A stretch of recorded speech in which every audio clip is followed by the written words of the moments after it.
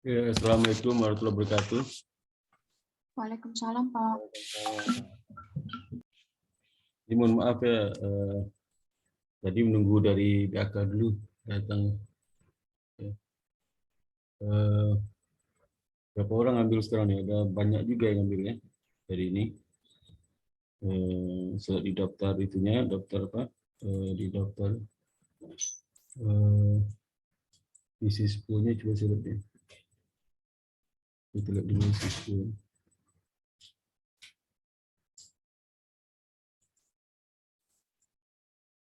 10. Isi 10-nya sebentar ya. Isi 10.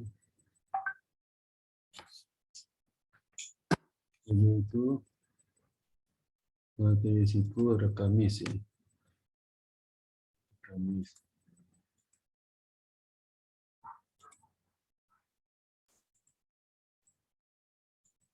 Ini ngambil apa yang ngambil manajemen ya, sama si Wahyu Aidil ya. Dulu di mana sekarang Wahyu Aidil? Iya Pak, saya Pak. Wahyu Aidil ya. Selanjutnya saya cek absen. Buka videonya ya, Adil ya. Oh iya Pak. Wahyu Aidil, Adil. Kemudian si Azra. Azra ada. Hadir Pak, hadir. Buka videonya. Ini udah Pak. Azra Adil. Muncul videonya. Kemudian Sadam. Sadam mana Sadam? Sudah nggak ada. Oke. Betrik. Betrik ada. Hadir. Ika Ayu. Ika Ayu. Hadir, Pak. Mana? Buka videonya. Kamera saya rusak, Pak.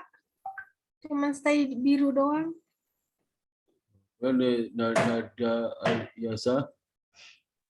Hadir, Pak. Hadir mana? Saya. Aku yang magang investasi semasa itu ya? Iya, Pak. Gimana itu magangnya? Besok Sabtu kita bimbingan ya? Iya, Pak. Kemudian Deliana Arianti. Saya, Pak, hadir. Deliana juga sama saya kan? Bukan? Saya bimbingan akademiknya sama Bapak, Pak. Oh, ke akademik ya, kemarin akademik ya. Kemudian Siti Jumiati. Jumiati mana? Visitasi, Pak. Batch 2, Pak. Kedua deh. Dan Dinda Lestari. Hadir, Pak. Lestari hadir ya. Dan Revi Arti Susanti. Hadir, Pak. Hadir Susanti. Beda foto sama anunya, sama di videonya. Rahmanisa. Hadir, Pak. Rahmanisa. Ini yang ngambil sama saya kemarin ya? Iya. Bukan, Pak. Oh, Pas semester 4. kamu pernah ngambil masa enggak si Rama? Pernah, Pak. Apa itu? Mata kuliah apa itu? Analisis laporan keuangan. Oh, keuangan. Siti Atika mana? Hadir, Pak. Siti Atika mana videonya? Hadir. Sudah, Pak. Buka videonya Siti Atika. Dia pernah ngambil masa saya kan? Iya, Pak. Mata kuliah apa lu? Sama kayak Ramanisa, Oh, AKL iya. sama AKM. Iya. Ini kalau yang ini si Fania mana? Hadir, Pak. Fania pernah ngambil masa? Iya, Pak, sama ALK juga. Amalia Husna. Batch 2, Pak. Oh, Invitasi dua, BI. Wulandari. Hadir, Pak. Ya, dia udah pernah ngambil masa juga nih kan? Sudah, Pak. Silka, itu udah pernah juga nih. Silka mana? 2 juga, Pak. Habis 2. Kemudian Retno, Hadir, Pak. mana itu? Video mana nih? Saya, Pak. Oh iya. Itu pernah ngambil masa juga nih kan? Ya sudah, Pak. Nah, kemudian si Farhan dia sama. Farhan mana? Farhan? Farhan nggak ada. Farhan. Batch 2, Pak. Wes beliau. Nabila? Sama, Pak. Batch 2, Hah, Pak. batch 2 juga. Desa Niong? Desa Niong? Hadir, Pak. Mana juga wajahnya di apa di gede lagi itu wajahnya. Nah, bagus ya. Nah, Niong ya. Ini nih. Dan Adinda Hadir, Pak. udah hadir. Udah hadir. Dan si Maila Sofa. Maila Sofa. Batch 2, Pak. Ya. Endang Setiorini. Hadir, Pak. Hadir. Ada 3 orang ambil. Ini Pak, maaf Pak, Sadam Afif hadir Pak. siapa? Sadam Afif Pak, absen atas Pak. Absen nomor 3 Pak.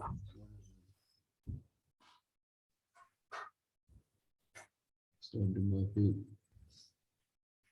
Lo ada namanya tuh mana? Ada di atas Pak. Nomor 3. Nah, ya itu. Ini. Iya. Ada lagi yang belum bisa panggil, ada lagi? Oke. Ya. Jadi sebagian besar udah pernah ngambil masa ini anak akuntansi semua ya. Itu semua ya yang kuliah hari ini ya. Semua. Jadi ini mata kuliahnya risiko ya. Sebenarnya mata kuliah sama itu ada hari kemarin Rabu kemarin itu ada itu. Akuntansi juga. Dia nak manajemen nggak ada di sini. Manajemen nggak ada di sini. Ya. Mudah-mudahan sudah betah sama saya. Ini sudah sering ada, mungkin sudah ada 4 kali sudah ambil sama saya itu.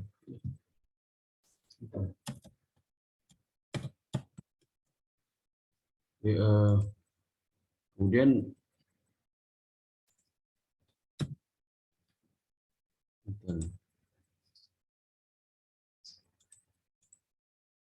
nah, kemudian saya mau bikin apa, mau lihatkan apa itu ya.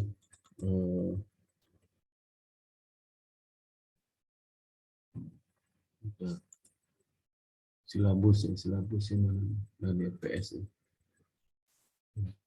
Sudah ketemu belum? Sudah kelihatan ya? Sudah, Pak. Sudah, Pak. Nah ini ya. Jadi ini rencana pembelajaran semester ya. Terkait dengan manajemen risiko. Ini pengetahuan risiko. Ya. Nah, pengetahuan risiko sama risiko itu sama aja. Sekarang nama manajemen risiko kan. Dulu kan pengetahuan risiko. Sekarang manajemen risiko namanya. 2020. Nah 2018 ini itu tetap sama lah ya. Isi saya ganti aja karena dulu pengetahuan risiko itu isinya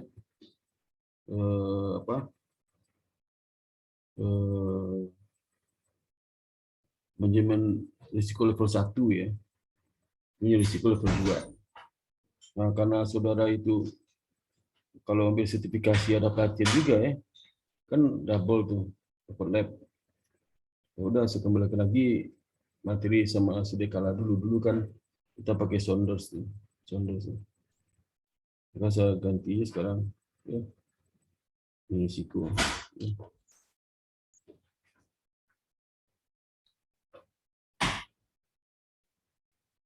Ini sama aja isinya. Nah, untuk manajemen ada juga ambil pengetahuan manajemen risiko, ada juga manajemen. Manajemen. Ada ya?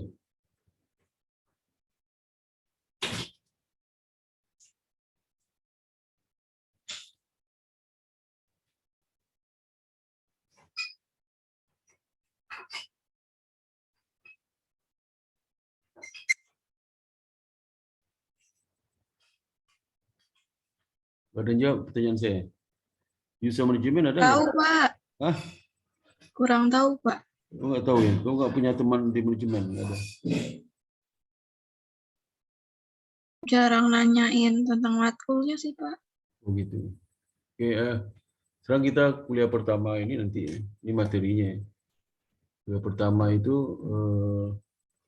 ini juga visi-misi EBS itu harus sudah tahu lah. EBS integritas, skill dan knowledge. Dan tujuan risiko, kebijakan pengelolaan risiko, proses pengelolaan risiko. Terus nanti kenapa penyelesaian sosial spesial? Ya. Jadi kita sumber utama di Saunders chapter 1 ya, 1. Itu kenapa lembaga keuangan itu khusus sehingga dia banyak diatur ya, aktivitas banyak diatur. Karena untuk mengamankan dana-dana masyarakat kan di perbankan. Nah, kita tahu dana masyarakat di perbankan itu cukup besar ya. Mungkin 65-70% dari total aset. Terutama tabungan. Ya. Tabungan dalam ketiga itu ada 4 kan sebenarnya, 4. Giro, tabungan, deposito berjangka, dan sertifikat deposito. Nah, paling banyak itu kalau di bank lokal itu, bank-bank nasional itu tabungan yang banyak porsi. Kalau bank asing itu sertifikat deposito yang tinggi. So, bank Korea, bank Tokyo, bank China itu paling banyak, dan ketiganya sertifikat deposito. Kalau deposito berjangka jarang. Tabungan mereka sedikit. Tabungan giro mungkin lebih tinggi. Nah, hari ini kita bahas tentang ini. Dan kuliah kedua ya, kita melihat apa aja risiko yang ada di lembaga keuangan, di financial institution. Kita khusus pada institusi ini perbankan. Jadi ada banyak lembaga institusi seperti asuransi, lembaga pembiayaan, modal ventura, kemudian juga seperti penggadaian dan apalagi itu lembaga keuangan ya. Dan Alexa ya, masuk pasar modal ya. Itu namanya IKNB. IKNB itu institusi keuangan non bank IKNB. Jumlahnya banyak, jumlah perusahaan banyak ya, tapi total hasilnya tidak sebanyak di perbankan. Perbankan besar sekali hasilnya. Mungkin 70-80% total hasil lembaga keuangan lebih besar di perbankan. Ini ada beberapa risiko di lembaga keuangan itu seperti interest rate risk, kemudian credit risk, liquidity risk, forex risk, country or supporting risk, market risk, or balance sheet risk, technology and operating risk, insolvency risk, other risk, and the interaction of risk. Ini yang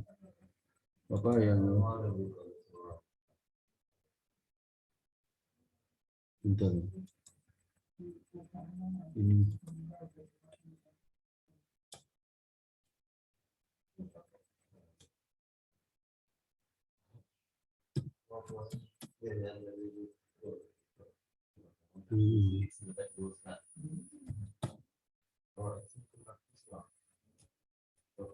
Ini bunyinya mana? Kedengaran nggak suara saya? Halo? Dengar, Pak. Dengeran,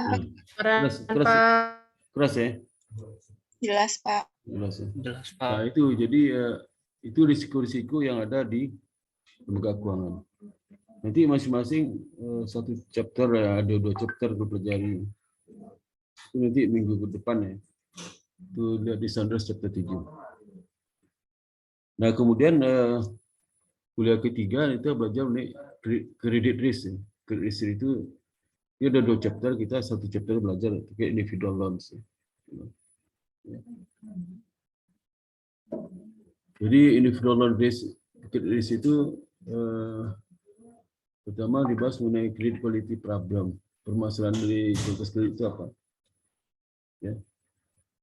jenis kredit dan sebagainya. Mungkin sudah banyak belajar di mata kuliah perbankan dan sudah banyak saya pelajari ya. Nah, kredit bermasalah itu sebenarnya dibagi 5 kan ke Indonesia kelompoknya. Itu 4 sebenarnya. Kelompoknya ada 5. Kolektivitas kredit itu ada 5. Lancar, perhatian khusus, kurang lancar, diragukan, macet. Atau kredit bermasalah itu ada 3, bukan 4 ya. Itu kurang lancar, diragukan, dan macet. Jadi kalau masih kelompok lancar dan perhatian khusus itu belum termasuk dalam kredit bermasalah. Ya. Kalau sudah kurang lancar, diragukan, dan macet itu baru. Kurang lancar itu di atas 3 bulan sampai 6 bulan sih. Ya. 7 bulan. Dilakukan di atas 7 bulan sampai setahun. Nah, di atas setahun itu macet itu.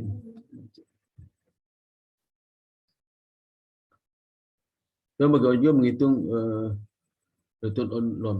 Return on loan itu di bank tidak hanya bunga ya. Ada banyak lain ya.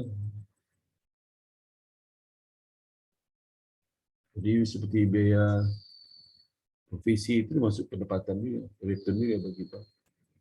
Sekarang kan diamortisasi, nggak bisa ada fee semua di awal. Ya. Dan bagaimana kita mengukur kredit risk itu ya. Ya. Jadi ada beberapa model ya yang bisa digunakan untuk risiko kredit itu. Pertama kualitatif model kualitatif ya. Ini waktu saya kerja di bank itu model kualitatif model ini yang melihat risiko kredit. Misalnya analisis 5C, ya. 7C ya. Itu.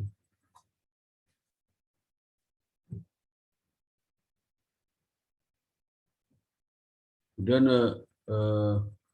kualitatif model ya. Ini tuh udah ada berapa model kredit yang bisa digunakan ya. Nah, nanti di chapter itu, chapter 10 ya. Dan kuliah keempat itu belajar market risk. Market risk itu muncul dari apa? Dari adanya produk-produk di perbankan yang ditradingkan di pasar apa? Di pasar uang ya, di pasar berjangka. Nah, itu sehingga muncul market risk ya. Ya. Kalau pasar modal ada nggak ada, karena dia ada hukum obligasi, bisa jadi obligasi bisa juga pasar modal. Tapi kalau saham nggak ada. Bank itu boleh bermain di obligasi jangka pendek ya. Ini sama dengan jangka pendek nggak boleh. Jangka panjang boleh ya. Kalau dia investasi pada bursa lain, itu jangka panjang boleh. Tapi kalau investasi untuk saham pagi beli besok jual lagi nggak boleh. Itu boleh trading. Itu trading. Trading itu diperdagangkan. Tapi kalau obligasi boleh. Nah, ini ada beberapa model yang bisa digunakan untuk menilai market risk ya. Pertama risk metric model ya.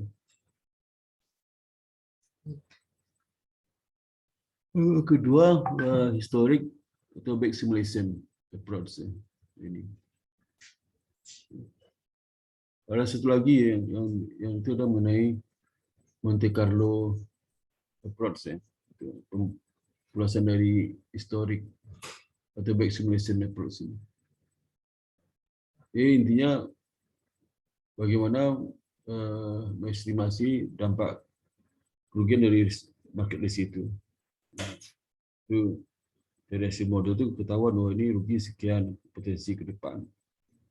Jadi bagaimana mengelolanya itu ada lagi bagian ya. Pengelolaan gimana bisa risiko itu dikurangi.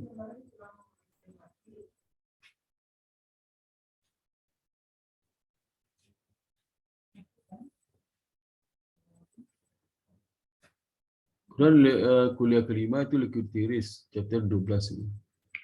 Ya. Liquidity risk ini risiko yang muncul karena perbankan itu ya pada saat dia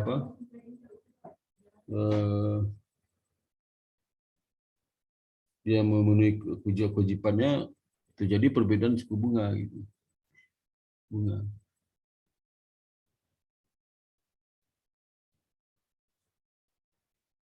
Jadi nanti dilihat bagaimana cara menghitung equity risk. Equity risk bisa muncul dari sisi aset, ya, bisa juga muncul di sisi utang. Kondisi utang ya. Nah, pada saat dia memenuhi kewajiban memberikan tabungan harus ditarik oleh nasabah, ya. Kemudian dia dapatkan sumber dana baru tapi suku bunga lebih tinggi, itu risikonya. Ada juga yang liquidity risk muncul dari aset, misalnya komitmen loan. Pada saat dia kontrak loan itu bunga 10%, itu ditarik oleh nasabah bunganya 9%, kan dia rugi. Jadi kita lihat bagaimana cara itu. Jadi nanti ada dari chapter 12 ini. Kemudian berikutnya ke-6, materi teknologi dan other operational risk. Ini risiko operasional dan teknologi. Teknologi dan operasional itu ya ada kaitannya nih. Operational risk itu muncul dari kegagalan dalam penerapan teknologi. Ya. Situ. Itu misalnya dihack sistem informasi perbankan, dihack pihak luar, itu jebol. Ada beberapa giro atau tabungannya langsung mau transfer kepada pihak ketiga di luar bank. Sehingga bisa dikomplain nasabah kan, bank harus ganti kan kesalahan nasabah.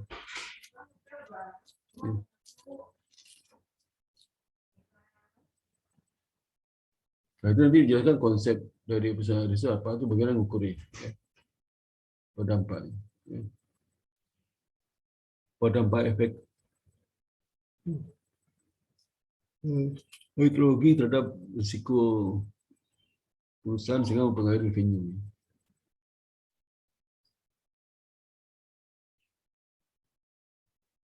Bila di chapter 13 ini. Dan kuliah ke-7 itu kita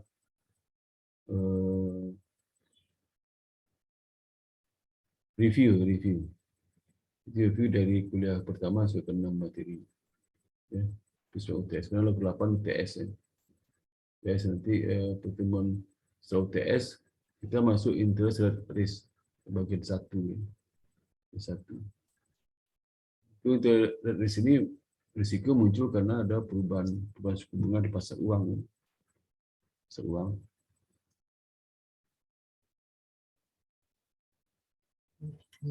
Itu risiko pasar berjangka ya.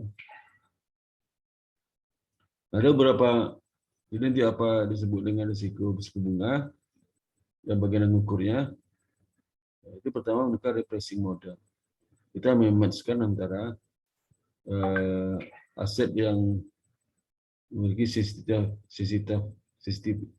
rate suku bunga. Misalnya aset bank itu total 1.000 triliun. Di 10 triliun itu aset yang berbunga mana? Kredit dan penyelesaian aset lainnya. Itu sensitif terhadap suku bunga. Ya. Tapi kalau gedung, tanah itu nggak sensitif terhadap perubahan suku bunga. Ya. Di bank itu juga aktivitas tetap seperti gedung, tanah, dan perabotan kantor itu kecil. Dibandingkan total aset perbankan.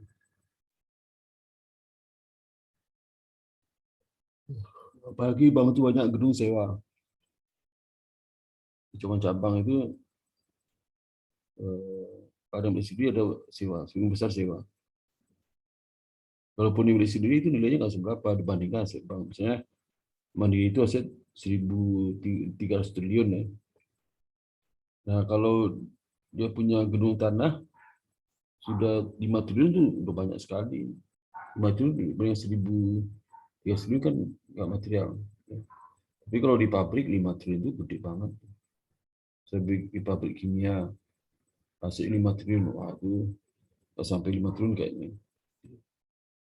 Kenapa aset bank itu lebih tinggi pada industri lain?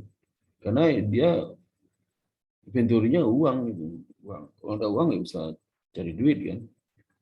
Uangnya sebanyak. Ya, uang itu mempengaruhi aset. Ya. Jadi kalau industri kan bukan uang itunya, komoditi, tapi lah barang.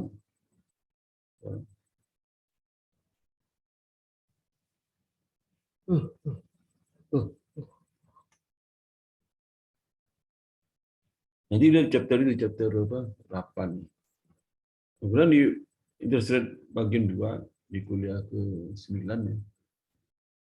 Itu pertama mengenai pengukuran risiko suku bunga menggunakan apa durasi modal, durasi modal. Jadi durasi modal sudah ada di mata kuliah investasi. Nanti sudah diberikan lagi pemahaman singkat tentang durasi itu seperti apa. Bisa pada obligasi ya, obligasi. Sama obligasi berbunga. Kalau obligasi nggak berbunga, durasi itu sama dengan umur obligasi. Kalau umurnya 3 tahun tanpa bunga, berarti durasinya 5 tahun. Tapi kalau berbunga, durasi itu pasti lebih kecil pada umur dari obligasi itu.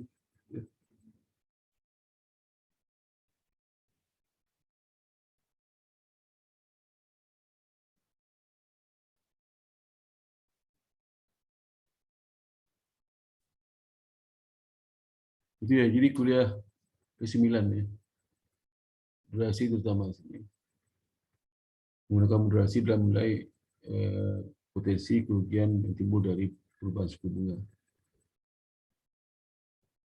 Kemudian di kelas 10 ya, dibahas mengenai forex risk, ya.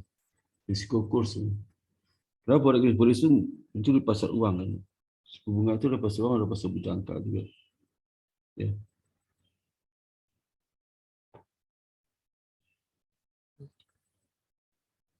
Forex risk itu karena kurs itu berubah-ubah di pasar uang ya.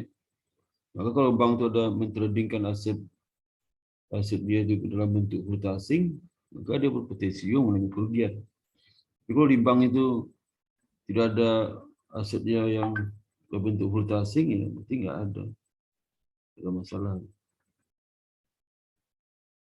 Misalnya dijual barang di Indonesia, beli barang di Indonesia juga, berarti kan mata uang asing nggak perlu bagi dia.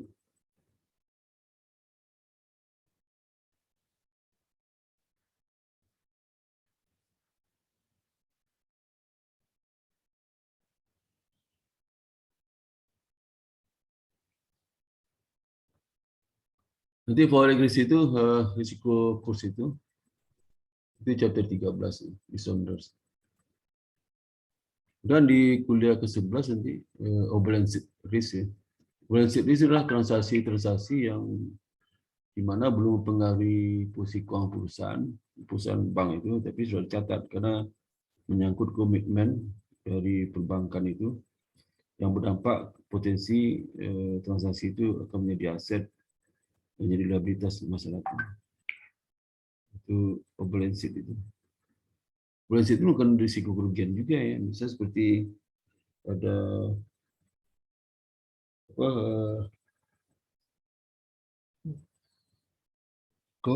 commitment loan ya, kemudian ada hedging ya, ada juga yang terkait dengan sistem BLC ya.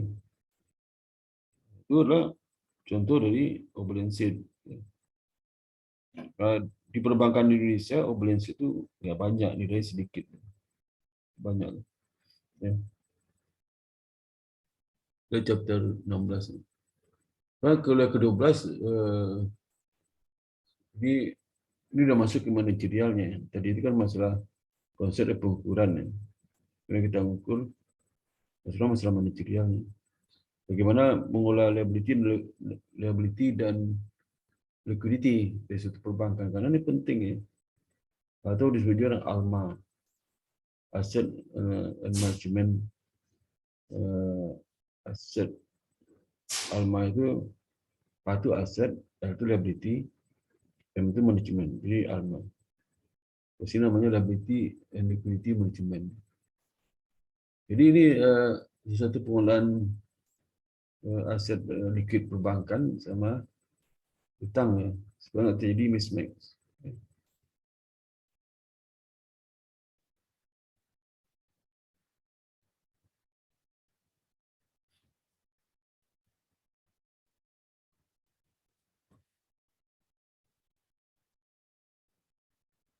Nah, kemudian terakhir ya, 13 itu materi yang terakhir untuk UAS itu capital adequacy ratio, kecukupan modal ya.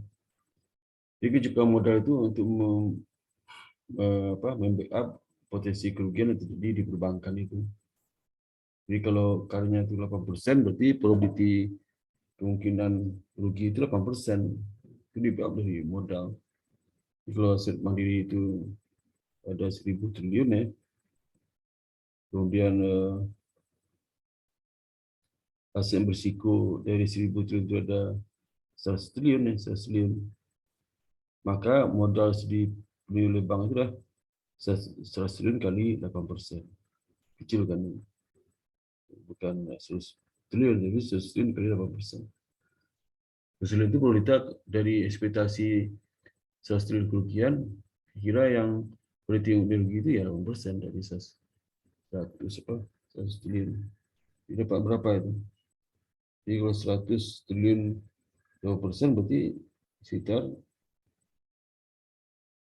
8 triliun.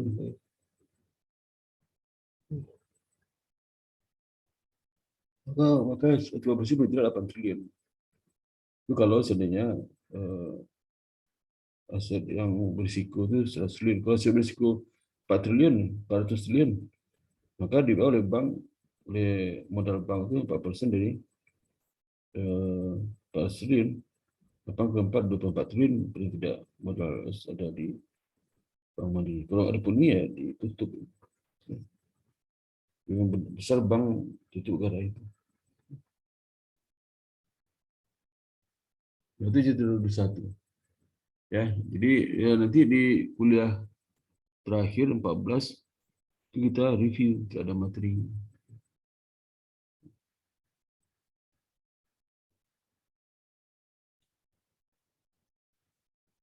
Sekarang kita lihat lagi buku yang kita miliki.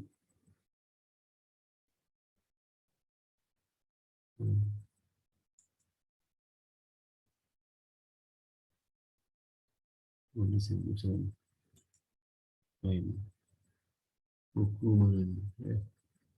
Ini Anthony Sanderson. Dia sudah upload juga di mana di Google Classroom ya. Buku ini. Mana ini?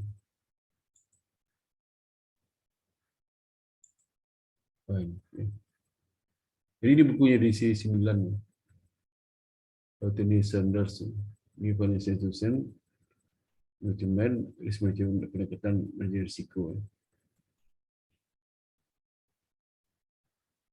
Nah ini materinya. Ini ada sih ada 26 bab ya. Kita nggak ambil semua di buku ini. Nutrisi mana?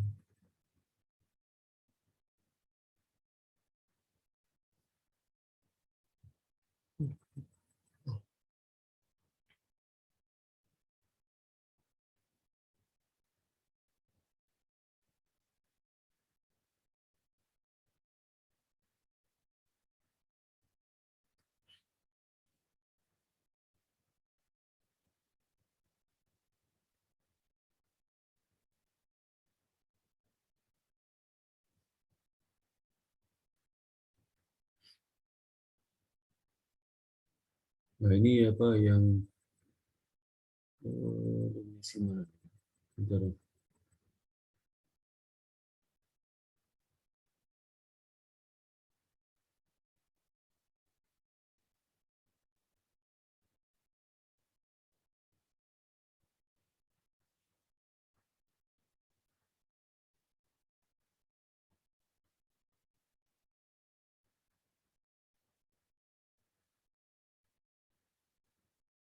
Nah, ini ya. Ini ada 26 chapter ya. Kita ambil berapa? Pertama chapter 1 ya. Yang kuliah tadi chapter 1. Lepas itu kita ambil kuliah chapter 7. Ini financial instrument. Ya. Kemudian chapter yang masuk dalam kuliah risk management itu credit risk ya, di kedua loan tadi, itu 10. Kemudian threshold list 108 bagian 1, kemudian threshold list bagian 2 ya. Kemudian liquidity risk 112 ya. Kemudian forex risk ya. Kemudian market risk, kemudian balance sheet risk, kemudian teknologi another operating risk, personal risk.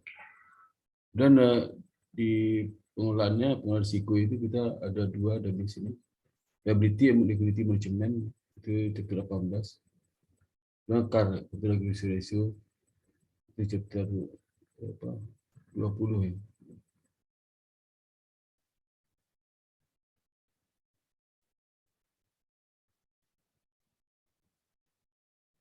Ada pertanyaan sampai sini? Ya, Belum ada, Pak. belum ada ya.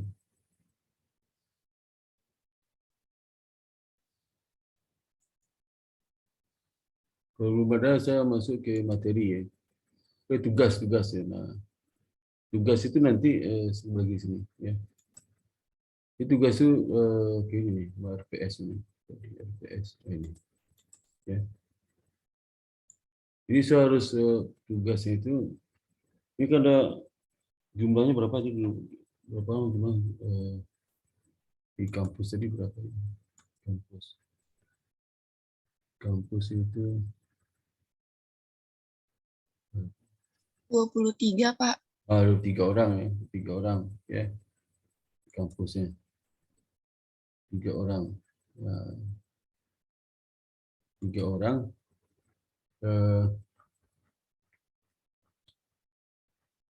Jadi nanti 3 itu dibagi berapa itu? Dibagi 4, bagi 6. 6 kelompok. 6 kali 4, 24 ya. Ada sekelompok yang 3. Ya. Atau bagi 5. 5 ada kelompok yang 5, 3 kelompok ada yang 6 ya. Jadi pokok bagi 5 kelompok aja ya. 5 kelompok. Minimal 5, maksimal 6 ya. Itu 5 kelompok aja. Ya. Tugas itu sama kayak sebelumnya. Jadi saudara bikin ringkasan, diperpoinkan, dibukui langsung ya. Jangan cari materi lain di buku aja ya. Khusus saja, jangan cari materi di tempat lain. Kalau materi yang isi buku, berarti sangat nilai. Karena materi kita soal itu. Kalau yang baca lain itu silakanlah baca, tapi itu tambahan saudara. Jadi jangan masukin materi lain. Ya. Jadi utama Saunders itu sudah dijelaskan. Ya. Jadi untuk minggu depan itu ada 2 chapter masuknya nih. Chapter 1, chapter 7 ya. Masing-masingnya videonya, filenya 2 file tuh. Video presentasi terkait dengan chapter 1, kemudian video presentasi terkait chapter 7. Ya. Karena minggu depannya kita chapter 7, Risk of Financial Institution. Nah, sehingga sudah bikin 5 kelompok itu ya. 5 kelompok. Jadi kalau 5 kelompok itu sudah bikin sendiri aja kelompok. Si ketua kelas siapa sini? Ketua kelasnya. Ketua kelas. Ketua kelas ya. Ya, Pak. Ketua kelas siapa? Si Nada. Saya, Pak. Nada ketua kelas ya. Ini Nada nanti Pak muka separuh mana muka? Kayak ngintip tuh. Nada. Muka kayak ngintip tuh, mana nggak kelihatan. Iya, Pak, benar. Ngintip-ngintip ke orang, ngintip-ngintip tetangga sebelah, ngintip ke atas pagar kayak gitu. Mana? Ini ada nanti kamu tolong diatur bikin 5 kelompok ya anggotanya. Anggota 5 dan 6. Jadi ada 5 kelompok itu 1 kelompok 4 ya. Berarti kalau 5 itu 1 kelompok 4 ya. Jadi 1 kelompok 4 orang, ada 5 ya. Ada 3 kelompok 5 orang. Jadi 4 minimal maksimal 5 ya satu kelompok itu. Berarti nggak Husin? Bikin 5 kelompok ya. Anggotanya minimal 4 maksimal 5. Berarti Ya, Pak. nggak boleh anggota 3, boleh 2 ya. Harus minimal 4. Nah, terus maksimal 6, maksimal 5, nggak boleh anggota 6, 7 nggak boleh. Di maksimal 5 ya. Itu. Jadi nah 6 itu pun 3 kelompok yang anggota 6 ya. Yang satu kelompok lagi 4 anggotanya ya. Jadi jangan nanti bikin apa? Bikin 4 semua, nanti ada 3 orang nggak dapat kebagian nih. Ya. Gimana tuh? Nanti saya bikin kirim ke WA grup ya. Kelompok 1 siapa aja orangnya, kedua ya. Nada ya. Ya, Pak. Nah, nanti kelompok 1 itu sampai kelompok 4 bikin yang tugas setiap minggu ya. Nanti suatu-suatu misalnya minggu depan saya suruh presentasi. Yang lain udah bikin juga presentasi, nanti presentasi setengah jam. Tapi kalau durasi tugasnya minimal 1 jam ya, videonya ya. Mas 1 jam. Supaya ada penjelasan dari saudara. Jangan sampai video cuma 15 menit ya, nggak mungkin. Banyak yang nggak dijelaskan. Ya. Minimal 1 jam. Jadi presentasi sudah ya maksimal 1 jam. 1 jam itu. Jangan dibaca lah ya. Jelaskan aja. Jadi presentasi misalnya minggu depan sampai comot kelompok 1. Dengan kelompok 1 yang bikin 2, tapi semua kelompok bikin. Tapi yang saya suruh presentasi cuma 1 di antara saudara itu. Ya.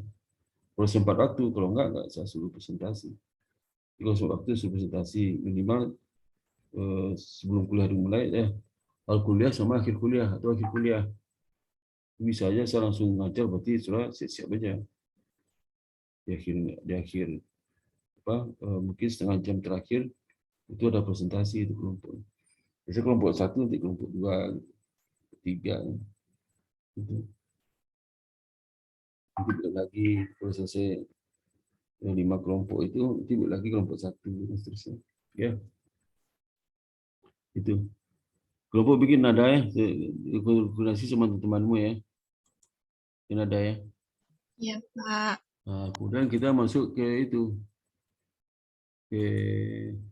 Ke materi ya.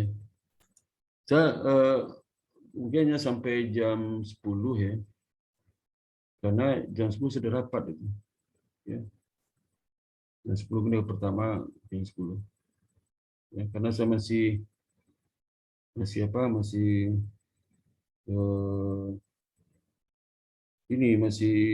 waktu ketua 1, nanti sudah selesai ketua 1 sebenarnya. Kan sudah diprode. Akhir Januari kemarin ya, sudah selesai. Tapi karena pengganti saya itu SK belum keluar, sudah diajukan di November kemarin ke yayasan tapi belum keluar. Sementara menunggu itu saya caretaker bantuin ketua. Ya. Jadi untuk setelah kalau saya nggak jadi ke 1 mungkin bisa kita nggak kebentur sama rapat ya. Nggak dipotong setengah untuk rapat. Sekarang masuk ke chapter 1 ya, mengenai judul aja kita lihat ya. Kenapa financial intermediary spesial? Apa spesial financial intermediary? Financial intermediary itu ya perbankan, ya. Bagian keuangan. Ya. Kenapa ada penting sehingga banyak sekali regulasi-regulasi yang dikenakan kepada industri perbankan itu. Kenapa? Gitu. Soalnya sederhana aja, untuk melindungi kepentingan dana pihak ketiga, pemegang dana pihak ketiga, terutama penabung Indonesia penabung. Karena mereka jumlah banyak ya. Kalau jumlah banyak kan posisi lemah, walaupun totalnya besar sekali, bisa 65% sampai 70% dari total aset. Tapi karena dimiliki jutaan orang, masing-masing individu itu jadi lemah. Kecuali ada ikatan penabung Indonesia, itu bisa. Atau asosiasi penabung Indonesia, itu bisa. Asosiasi ini yang punya bergaining kepada perbankan itu untuk menekan supaya bank itu memberikan pelayanan yang baik, ya. Atau dana nasabah hilang itu diganti oleh bank. Banyak juga dana nasabah kalau nggak diganti oleh bank. Ada beberapa kasus bank seluruh likuiditas, depositonya juga di hack bagi 10 miliar, itu banknya lama nggak mengganti.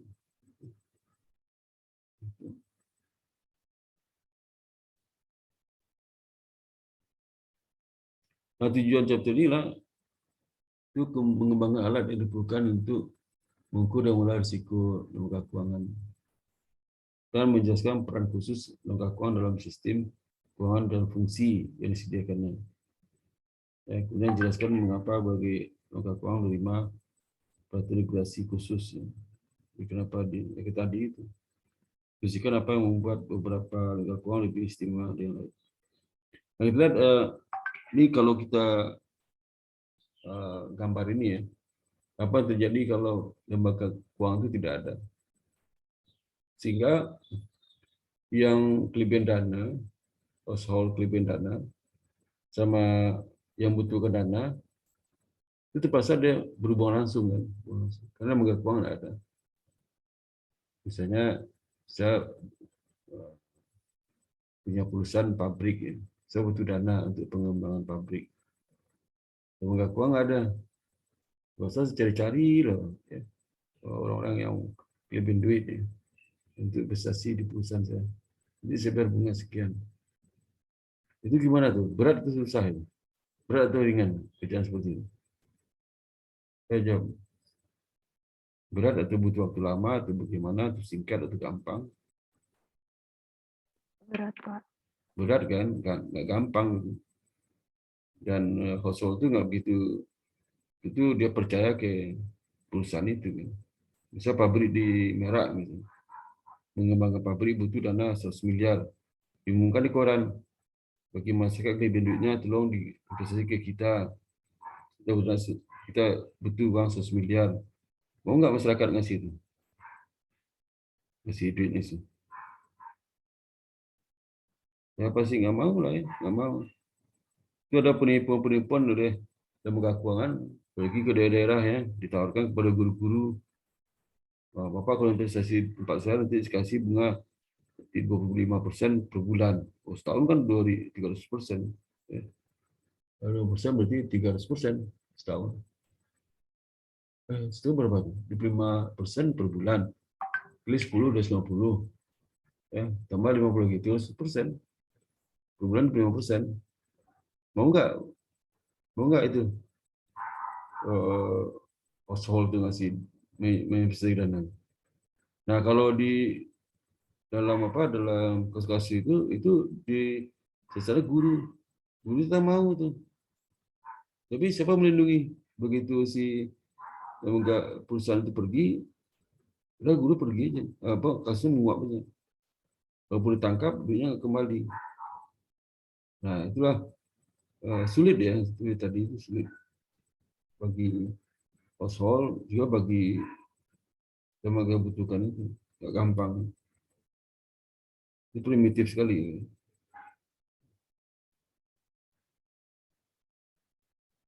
Makanya, jadi biaya informasi skala ekonomi mengurangi biaya lembaga keuangan untuk menyaring dan memantau peminjam. Ya. Jadi tingkat dana rendah, low level of fund flow. Karena nggak ada penggeraknya.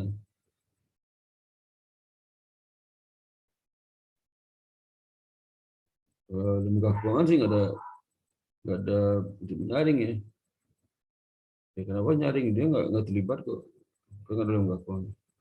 Likuiditas berkurang, less liquidity.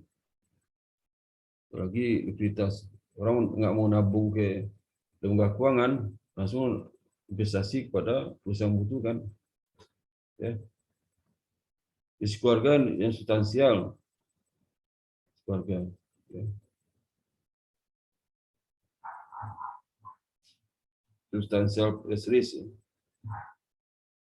Jadi kalau nggak ada lembaga keuangan, ya, si keluarga karena nggak jelas. Nah kalau ada lembaga keuangan di sistem keuangan itu, terus harus perhatikan itu. Ini household nggak bisa langsung kasih dana ke koperasi karena takut ada jamin segala macam. Dia kasih ke lembaga keuangan, ke perbankan, lembaga IKNB. Dikasih dana itu nanti oleh lembaga keuangan ini disalurkan kepada perusahaan. Ya. Perusahaan.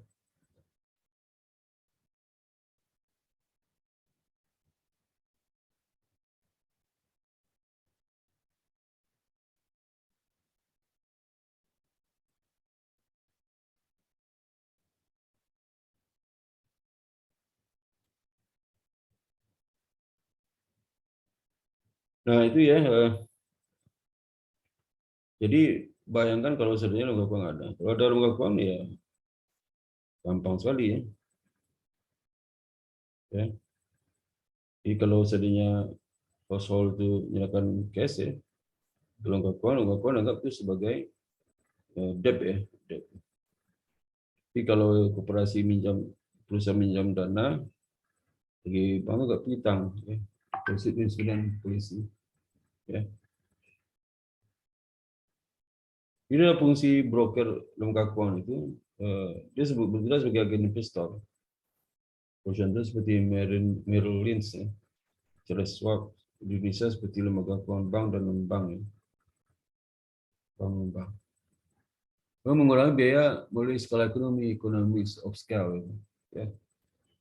Biaya untuk mendapatkan dana itu kan lebih murah kalau di bank. Coba kalau perusahaan cair langsung ke masyarakat, waduh, setengah mati itu.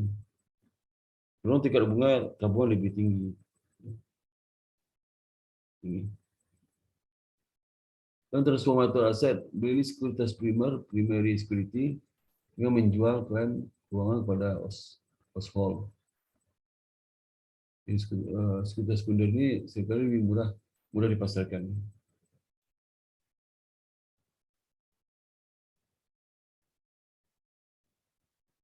Jadi lembaga keuangan itu peran untuk mengurangi cost reduction.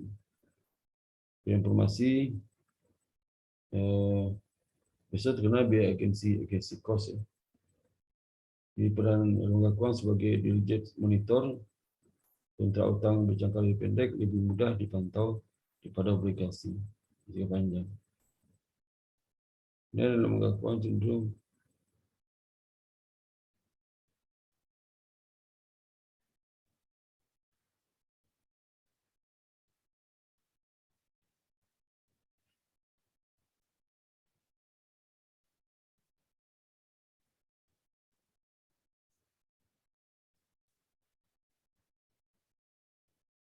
dan spesial dari lembaga keuangan itu apa? Pertama, liquidity dan cash risk. Ini klaim sekunder yang dikeluarkan oleh lembaga keuangan memiliki risiko harga lebih kecil daripada kalau langsung ya. Langsung kan risiko ya. Lembaga keuangan memiliki keunggulan dalam mendiversifikasi risiko. Kalau di sudah misalnya punya dana investasi ke dalam PTA ya langsung. Itu PTA itu kan dana suatu padahal untuk produk dia kan satu sumber aja kan. Tapi kalau ke simpan di bank dana itu macam-macam tuh sumber produk keuangannya. Sehingga mengurangi risiko. Tapi kalau saya tanam dana di perusahaan pabrik es ya, risikonya kalau musim panas, kalau musim dingin nggak laku es ya. Jadi dia bukan diversifikasi dengan dibeli lagi kantor untuk jual payung. Contoh seperti itu. Contoh yang paling klasik diberikan oleh dosen-dosen. Kemudian rencana SNL tahun 1980 terkait dengan diversifikasi SNL yang tidak memadai. Ya, bencana SNL ini ada perusahaan yang punya tahun 80-an ya. Reduce transaction information cost, mengurangi transaksi informasi cost. Ini juga dengan perbankan itu kurang lah. Jadi kalau nabung kan transaksi dengan pihak bank sekali udah cukup. Tapi kalau dengan langsung macam-macam gitu, ya. Bisa berdampak lain. Nah, ada servis spesial lagi dari lembaga keuangan itu, dia seperti intermediasi, ya. Kemudian transmisi kebijakan moneter. Jadi transmisi kebijakan moneter itu nanti salah satu alatnya adalah perbankan. Ya. Saya membantu, lembaga keuangan itu membantu transmisi kebijakan moneter. Transmisi kebijakan moneter sebenarnya ujungnya dari inflasi sebenarnya. Inflasi sama kurs, ya, mata uang. Lalu kasih kredit. Jadi bagaimana lembaga keuangan itu bisa alokasi kredit, ya, sesuai dengan kebutuhan masyarakat, terutama untuk seperti home mortgage. Home mortgage itu KPR BTN, khususnya KPR BTN KPR. Lalu transfer antar generasi atau perantara waktu. Di payment services ini kalau di Amerika, ya, dengan denominasi perantara. Ya. Jadi lembaga keuangan itu menerima perhatian sebesar regulatori karena rasanya yang khusus yang diberikan lembaga keuangan pada umumnya. Ya. Fungsi khusus institusi seperti transmisi uang beredar, ya, itu bisa transmisi uang beredar itu bisa menggunakan perbankan. Bisa contoh seperti ini. Misalnya Bank Indonesia, ya, untuk dia narik uang dari peredaran di masyarakat, ya. Ya, caranya gimana? Ya, naikkannya suku bunga SBI. SBI berarti banyak bank yang beli SBI itu. Ya. Itu salah satu fungsi uang beredar. Kalau bank mau menaikkan jumlah uang beredar, ya turunkannya SBI. Jadi bank bisa jual itu SBI. Turunkan suku bunga SBI. Ya. Dia bank nggak minat SBI, mending dia kasih kredit lebih tinggi, walaupun risiko tinggi. Ya. Kalau kasih kredit pengamatan bank pertanian, tiga aja, ya. Seperti transmisi uang beredar, ya, alokasi kredit dan dana pembayaran. Jadi eksternalitas negatif muncul jika layanan tidak disediakan. Jadi BI semua bank sentral membackup layanan, ya, kredit pengamatan, layanan pembayaran, bank ada pengamatan, layanan pembayaran itu kan seperti sekarang kan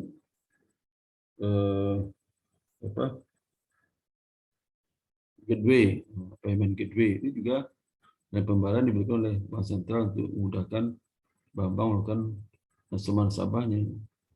Itu lebih efisien, nggak perlu datang ke bank. Sama sekarang kalau saudara tadi saya uang e-tol itu kalau habis pergi ke ATM dulu, ya. Kalau pergi ke itu kemana, ke Alfamart. Sekarang nggak usah lagi, ya, untuk digital e-banking aja selesai udah. E-banking saya tempel ke kartu saya di HP saya, nanti langsung saya isi melalui e-banking. Ya. Nah, hati-hati kalau saya punya e-banking itu harus, kalau saya keramaian ada di HP itu namanya ini apa namanya, ini apa namanya, bentar ini namanya itu NFC ini kalau tujuan untuk mengaktifkan e-banking kan, NFC. Jadi kalau sudah transfer, kalau nggak ada NFC di HP saya nggak bisa transfer. Nah, NFC ini bahaya, ya, bahaya karena dalam level jarak dekat itu data e-banking sudah bisa pindah ke pihak ketiga itu. Dia pakai alat tertentu, misalnya, tapi dekat, ya, mungkin ini jarak berapa? 10 cm, ya. Mungkin 20 cm jarak. Ditempelkan. Ini kalau sudah HP sudah satu ada di saku atau di tas, ya, ditempel di tas. Nah, disedot tuh data e-banking sudah. Untuk menghindari gimana caranya? Jadi kalau saya ke keramaian, NFC ini dimatiin aja. NFC dimatiin, nggak bisa dimatikan. Matikan, sehingga nggak bisa nyedot data sudah. Jadi segala cara itu. Kalau sedot data sudah tahu sampai PIN segala macam, bisa dikuras uang sudah itu di tabungan melalui e-banking yang dicuri. Saya tahunya setelah informasi. Benar apa enggak saya nggak tahu juga, tapi itu kata orang. Karena saya lihat juga di videonya sama seperti itu. Dia NFC itu, jadi jangan sampai lupa. Jadi kadang-kadang kita lupa mati NFC. Ramai. Apalagi kalau di pasar yang tempat padat banget tuh, sering bersinggolan ya. Nah itu kesempatan tuh bagi orang untuk menyedot e-banking sudah, itu bahaya. Nah regulasi kepada lembaga keuangan itu pertama fitur penting dari kebijakan regulasi. Jadi lindungi sumber utama tabungan dan pengguna tabungan itu utama regulasi. Lindungi pengguna itu karena dia memiliki jumlah dana cukup besar di perbankan. Meskipun secara individu sedikit, tapi total kan banyak juga. Dan pertama itu penting kebijakan regulasi itu memastikan sistem kesehatan perbankan secara keseluruhan. Maka ada tingkat kesehatan bank, penting sekali ada regulasi tingkat kesehatan bank ya.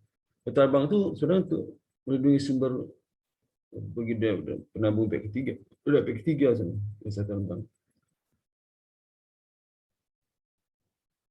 Kalau regulasi itu ada biayanya ya, ini regulasi itu banyak biaya lah, it's not costless. Itu seperti misal kalau Bank Indonesia itu mau operasi pasar ya, dia pengen kurs rupiah itu sekarang contohnya 1.450 ya, dia pengen kurs itu turunkan 1.300, turun 1.000 ke dolar. Jadi agak turun dolar turun 1.000. Berapa dolar turunkan supaya nanti ekspor kita impor itu sudah menggalakkan satu dolar di dalam negeri, sehingga impor lebih murah kan. Kalau seandainya mata uangnya nilai naik lebih murah. Ya. Nah turun ke 1.000 itu, kalau seandainya ada 1.000 triliun ya, atau 100 miliar dolar ya, dikalikannya 1 miliar dolar kali 1.000 berapa? Ya. Jadi kalau dia punya dana cadangan devisa itu 100 miliar dolar ya, kali 1.000 udah berapa triliun ya? Bisa triliunan, 1-2 triliun habis tuh dana untuk operasi pasar itu. Sama juga seperti SBI dinaikkan jadi bunga 5% jadi 5,5%, 0,5% ya. Tapi kalau SBI itu ada yang beredar 1.000 triliun ya, kali berapa? Kali 0,005%, bisa triliunan habis BI. Jadi itu biaya besar ya. Jadi ada regulasi tingkat kesehatan dikaitkan keamanan dana dari pihak ketiga itu. Ini regulasi terkait dengan peningkatan diversifikasi supaya bank itu nggak ada kerugian, sehingga merugikan para pihak ketiga. Di sini ketentuannya kan nama sistem BMPK, ya, supaya BMPK itu supaya perusahaan melakukan diversifikasi. Ya, kan bank itu membiayai kredit kepada kelompok tertentu. Ya.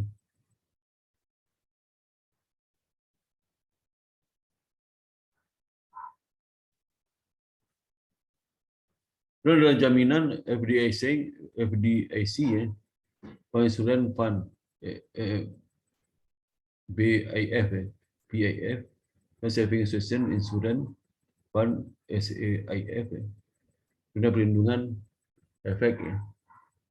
Ini dalam jaminan kita mungkin dalam bentuk ini, PPS ya, itu bisa menjamin ya.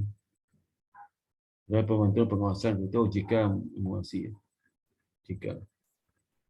Supaya aman, tujuan utama akhirnya bagaimana inflasi terkendali, karena uang beredar terkendali, terus keamanan nasabah bisa aman, terjamin. Ya. Sudah ada regulasi terkait dengan moneter policy. Jadi Bank Sentral, Bank Indonesia langsung mengontrol offset money. Jadi uang beredar dan juga besar dari offset money. Kesehatan cadangan memfasilitasi transmisi kebijakan moneter. Jadi ini untuk mengendalikan inflasi. Ya. Apa yang disebut transmisi kebijakan moneter? Ya. Itu tujuan akhir kebijakan moneter itu adalah menjaga dan melihara kestabilan nilai rupiah, dan salah satunya tercermin dari tingkat inflasi yang rendah dan stabil. Itu kalau inflasi bergejolak, kurs terganggu. Itu. Ya. Kalau inflasi bergejolak kan harga volatil, ya. Harga volatil di pasar, sehingga kondisi ekonomi nggak stabil. Jadi dampaknya kepada kurs rupiah juga tidak stabil.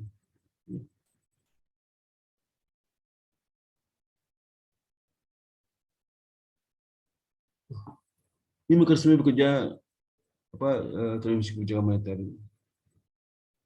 Kalau dilihat di gambar bisa jelas. Jadi ini transmisi kebijakan moneter ya, melalui BI rate ya. BI rate inilah alat dalam rangka transmisi kebijakan moneter. BI rate ini tadi saya bilang, kalau seandainya perusahaan itu ingin menurunkan inflasi ya, tarik aja uang beredar ya. Melalui BI rate-nya dinaikkan aja. Sehingga bank berlomba-lomba beli BI rate kan. Jadi dana rupiah masuk ke BI.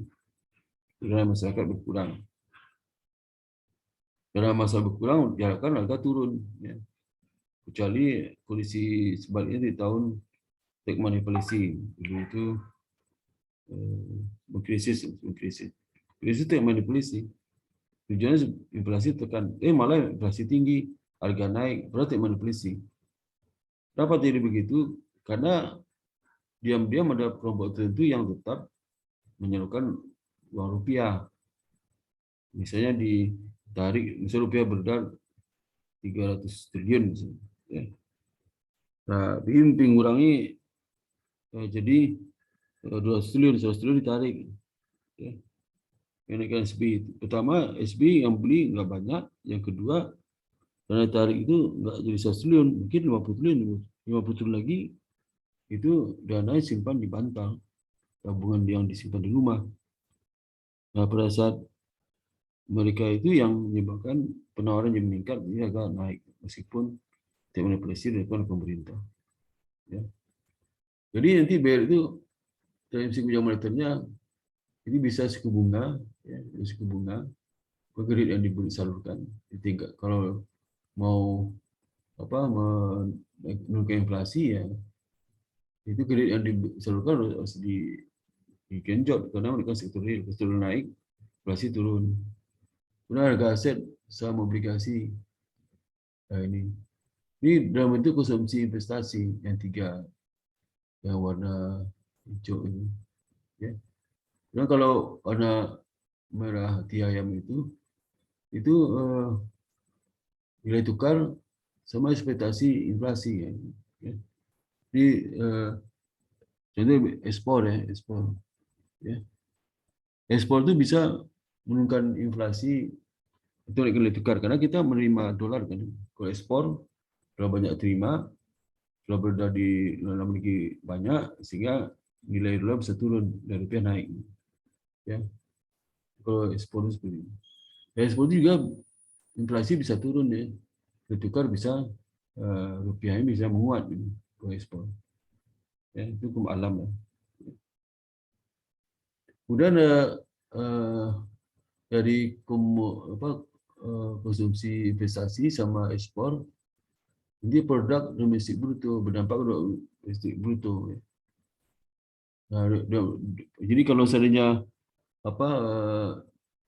ekspornya naik ya, nilai tukarnya kan rendah, rupiah akan menguat.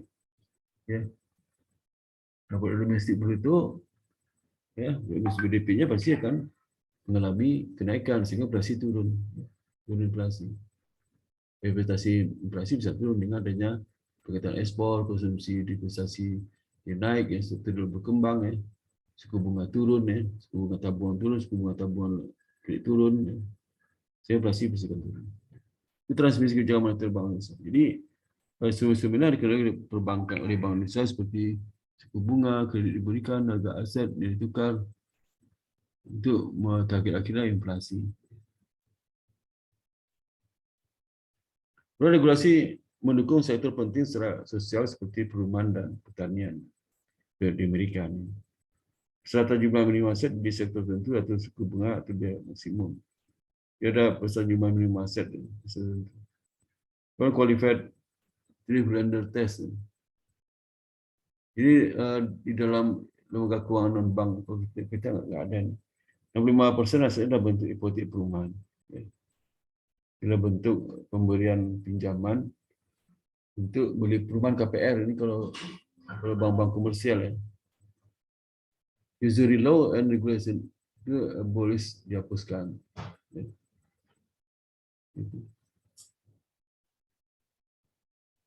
Nah, baru regulasi alokasi kredit masa COVID oleh Bank Indonesia. Dalam Bank Indonesia nomor 22 tahun 20 tentang insentif bagi bank yang memberikan penyuluhan dana untuk kegiatan ekonomi tertentu. Jadi ada insentif, jadi bank yang menyuruhkan kredit, ya, kredit, ya, maka diberikan insentif supaya bank itu bergiat untuk mendapatkan menyuruhkan dana. Insentif bisa mungkin likuiditas, ya. Insentif itu mana aja insentif. Nah, ini insentif. Bank Indonesia memberikan beberapa insentif bagi bank bukan penyediaan dana untuk kegiatan ekonomi tertentu, ya. Kita ekspor, kita impor, kita UKM, dan kegiatan ekonomi pada sektor prioritas. Ini yang PBN yang diberikan insentif oleh BPI. Ya. Jadi itu apa? Berupa kelonggaran atau kewajiban penggunaan GWM. Nah, GWM itu kan kredit ini misalnya 8%. Misalnya bank itu menunjukkan bukti bahwa dia memberikan kredit kita ekspor, impor sehingga banyak dana likuid ke situ. Kewajiban ini kurang 8%, baru 5% tata selama 11 hari kerja. Nah, ini masih toleran oleh Bank Sentral. Ya. Dalam rupiah wajib apa lagi?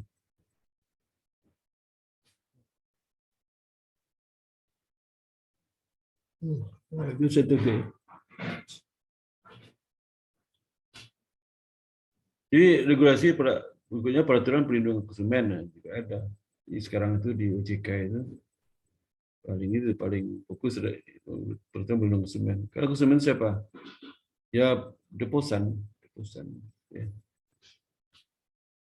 Deposan itu paling menderita. Dia total jumlah dananya besar, ya. Tapi nggak ada pengaruh bagi bank. Saya kecil aja tuh, penabung itu ngantri, nunggu 1 jam, lebih 1 jam. Saya pernah dulu di bank tuh 2 jam lebih saya ngantri, saking banyak orang. Ya, berapa waktu saya habis? Itu pelayanan paling jelek tuh. Jadi benar orang Jepang dari dosen satu cerita, dosen S3. Jepang itu memandang pelayanan terburuk perbankan di Indonesia. Sangat turun apa enggak. Sehingga potensi besar bagi bank asing untuk buka cabang di Indonesia. Terutama adanya digital banking sekarang. Banking itu nggak perlu tempat, kan. Ya. Tempat bankingnya ditegakkan, jadi nggak usah antri-antri. Banking itu sesuatu pelayanan kepada nasabah, dia nggak usah antri, ya. Kalau selama ini kalau saya transfer kan harus ke itu, harus ke bank. Kalau sedang pernah buku tabungan saya di bank swasta tertentu besar, bank swasta di Indonesia, saya sebutkan namanya. Itu untuk mentransfer dana itu kan ngantri sampai 3 jam ngantri. Karuan mentransfer itu aja 3 jam. Ya.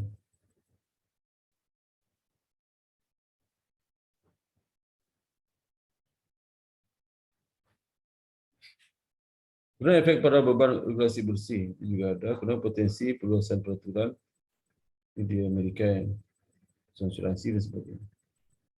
Dan POJK nomor 1 2013 bulan Juli 2013 tentang perlindungan konsumen sektor jasa. Ini sudah 2013 OJK.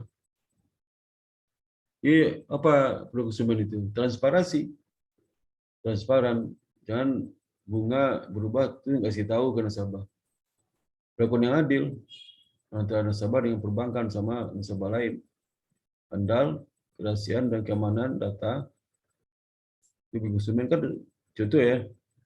Ternyata ada bank tertentu semua karyawan itu bisa berapa karyawan tertentu bisa buka bisa ngedit ya, dibuka aja. Bisa si ani berapa tabungan di bank itu. Ya. Itu sudah nggak etis, itu di bank juga bisa kayaknya. Sekarang bisa. Ya.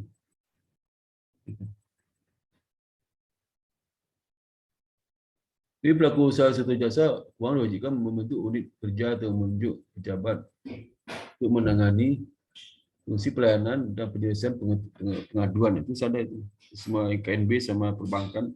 Mungkin sistem dulu nggak ada ya. Sistem, tapi pelaku konsumen ini banyak nasabah nggak tahu.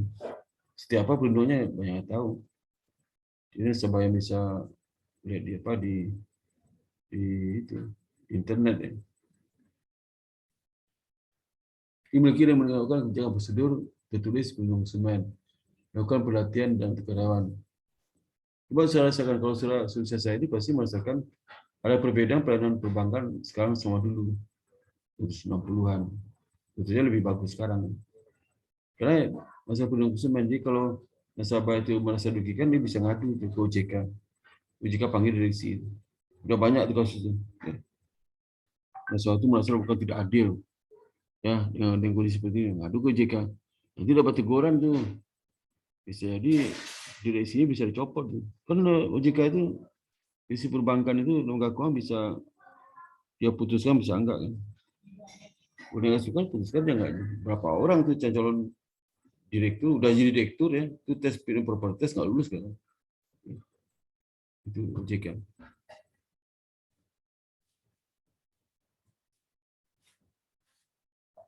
Jadi juga perlindungan investor ya. Ini juga dari sini. Kemudian anti regulation, tingkat hambatan masuk mempengaruhi profitabilitas dan nilai piagam. Peraturan menentukan ruang lingkup kegiatan yang diizinkan. Lalu ada changing dynamic of specialness. Di Amerika Serikat sekarang penurunan pangsa lembaga penyimpanan. Itu penurunan. Lembaga penyimpanan itu depository itu seperti perbankan. Kenapa? Karena banyak sekarang itu yang lembaga-lembaga yang di KNB yang berfungsi sebagai bank. Di Indonesia aja seperti apa fintech itu mengurangi pangsa lembaga penyimpanan perbankan. Apalagi itu seperti misalnya apa itu seperti Grab itu punya alat pembayaran sendiri, ya itu mengurangi jumlah tabungan di perbankan. GoPay, ya. Kalau punya GoPay, saya nggak usah kasih uang tunai lagi ke pengendara. Jadi Gojek itu punya aset luar biasa, tapi itu bukan milik dia, karena sebagian besar lah hutang dia ke itu, hutang itu ke ini, ke driver itu. Ya. Kalau hadiah kan sebesar sekian persen dari jumlah ini. Ini kayak dana pensiun dan perusahaan investasi. Mungkin disebabkan oleh perubahan regulasi bersih dikenakan pada lembaga keuangan tempat penyimpanan. Perubahan teknologi mempengaruhi penyimpanan layanan keuangan dan masalah regulasi. Digital dia mempengaruhi layanan ya. Polisi regulasi untuk diperluas ke hedge fund, ini ke lembaga lain ya. Nah, yang ke depan itu lemahnya public trust. Jadi public trust lemah terhadap lembaga depository perbankan dan konfidensi pada lembaga keuangan dapat mendorong disintermediasi.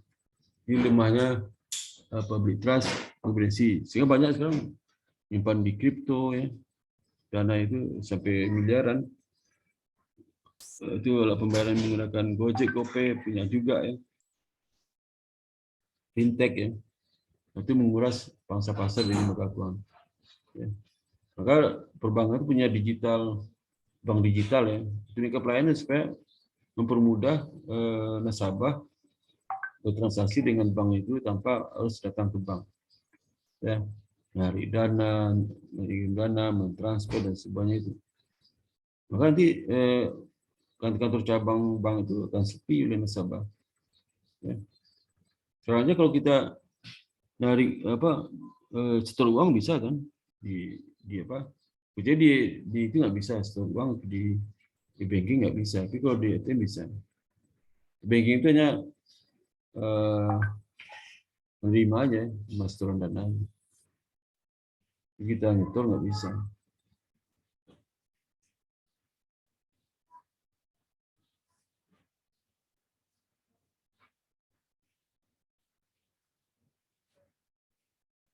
Dengan peningkatan aktivitas merger dalam lintas sektor. Kita juga dengan supaya efisien, mengapa merger yang salah satu yang keluar. Jadi kalau banyak bank itu nggak efisien. Ya, pelayanan ke nasabah jadi rendah. Persaingan tidak sehat. Pertumbuhan dalam perdagangan online dan fintech. Isu global meningkatnya persaingan dari lembaga keuangan asing di dalam dunia negeri juga. Indonesia juga merasakan ya. Karena tadi itu perbankan luar negeri itu tahu bahasa Indonesia ini pelayanan paling parah ini. Walaupun kita nggak ada salah apa-apa ya. Paling parah kan.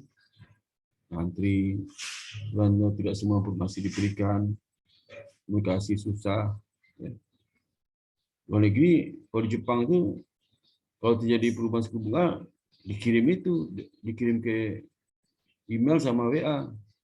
Kita mana ada? Ada nggak suku bunga tabungan sudah turun, bank itu tiba kasih info sudah, mana ada itu. Itu makanya layanan terburuk itu. Atau suku bunga tabungan naik, ada nggak di WA? Di WA kabari ke sudah, mana ada. Ya.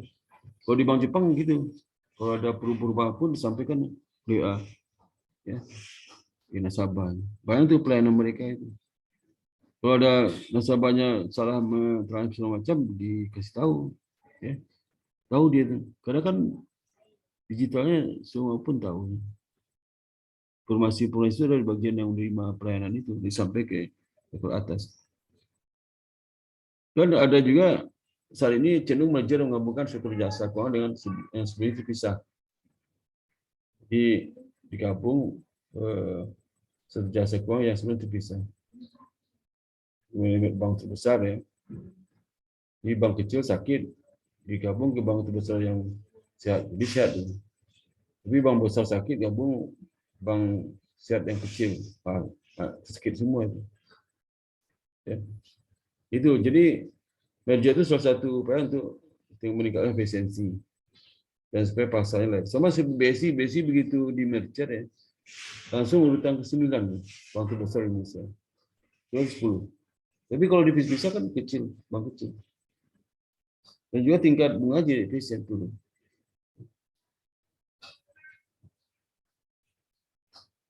Nah ini ada beberapa bank terbesar di dunia ya. Citigroup asetnya 1,97 miliar dolar ya. 1 juta miliar dolar. 1 juta itu miliar ya, itu juta ya.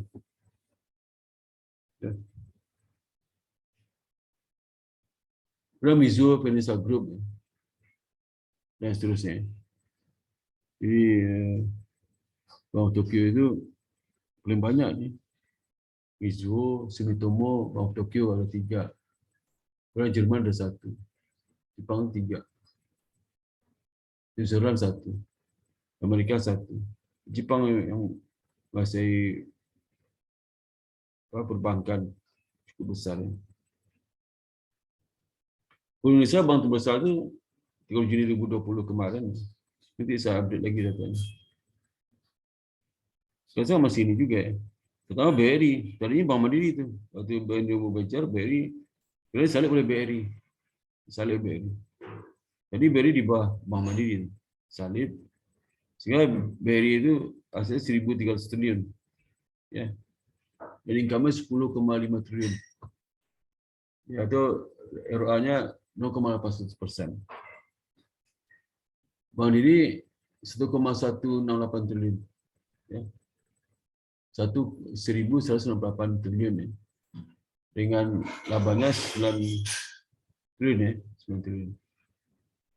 Presentasi ROA-nya 84%. Jadi Bank Mandiri meskipun lebih kecil pada BRI tapi return asetnya lebih tinggi ya, 84%. BRI karena gemuk ya, ketika BC-nya turun, 0,8% ROA-nya. Itu contoh yang menyebabkan naik biaya itu seperti biaya digitalnya. Kadang satelit ya. Nah, satelit, banknya numpang ke dia nyewa satelit. Kalau nggak efektif gunakan ada capacity, bisa rugi Bang BRI. Bang BCA ini yang paling efisien. Berarti kan BCA di mana? Dengan aset 957 triliun ya, sampai 1.000 triliun. Dia mampu dapat income 12 triliun ya. Paling tinggi itu. Kalau BRI cuma 10,5 triliun income. Mandiri cuma 9,8 triliun, banyak lebih rendah lagi. Padahal aset BCA itu lebih kecil. Sehingga ROA-nya gede, 1,26%. Dengan aset yang kecil ya, di antara 4 bank, tiga bank lah. BRI, Bank Mandiri, BCA. Jadi dia ROA-nya lebih tinggi. Yang paling tidak efisien itu sebenarnya BTN 0,32%. Ya, tadinya ROA-nya. Yang kedua ada pada bank niaga, tidak efisien. Yang keempat ada di bank yang kedua ada bank ini BNI. Jadi dua bank pemerintah, BTN sama BNI tinggal efisien. Yang ketiga CMB niaga 0,8%. Jadi ada dua bank pemerintah yang nggak efisien tuh BTN sama BNI. Ya. Yang parah itu BTN ya, 0,3%. Mungkin penyebabnya karena ini, karena banyak kena macet juga. Kan selama 2 tahun ini banyak PHK. Jadi sebagai pekerja itu punya rumah BTN kan macet ini, macet sehingga menaikkan beban KPN ya, KPN. Terus juga pendapatan bunga turun ya. Kan turun juga kalau dampaknya macet, pendapatan bunga turun, PCPM naik ya, CKP-nya naik, suku bunga turun. Coba dampak dua kiri kanan tuh. Karena kondisi ekonomi ya yang belum baik ya. Kondisi ekonomi kita nggak berbaik amat ya. Tidak aja kondisi ekonomi. Yang parahnya terus terangnya hampir semua perguruan tinggi itu mengalami penurunan jumlah mahasiswa. Penyebabnya karena kondisi ekonomi orang tuanya menurun. Jadi banyak anaknya nggak kuliah. Masih existing aja banyak yang postpone, cuti. Ya. Masa baru pun banyak yang nggak daftar ulang ya. Di sekolah negeri sekarang hati-hati. Kalau dia tetap mahal, banyak siswa SMA itu kampus negeri nggak daftar lagi karena nggak sanggup. Seperti kampus negeri besar pun SPP lebih mahal pada swasta, ya swasta. Itu aja. Dia SPP 7,5 juta sebulan, ya 1 semester sampai 10 juta. Kalau di swasta cuma 5 juta, kita mendiskon itu. BB sudah termasuk ada program diskon untuk masa baru kondisi COVID. Walaupun kondisi corona BB tidak baik-baik saja, ya. Terkena semua imbasnya. Itu penyebab juga perbankan ini juga agaknya turun. Ya. Nah itu dapat saya sampaikan kepada saudara ya, mulai hari ini. Saya merasa nggak enak nih, kayak mau demam itu. Ya. Ya. Silakan saudara bertanya. Ada pertanyaan di saudara. Silakan bertanya. Buka itu ya, buka apa?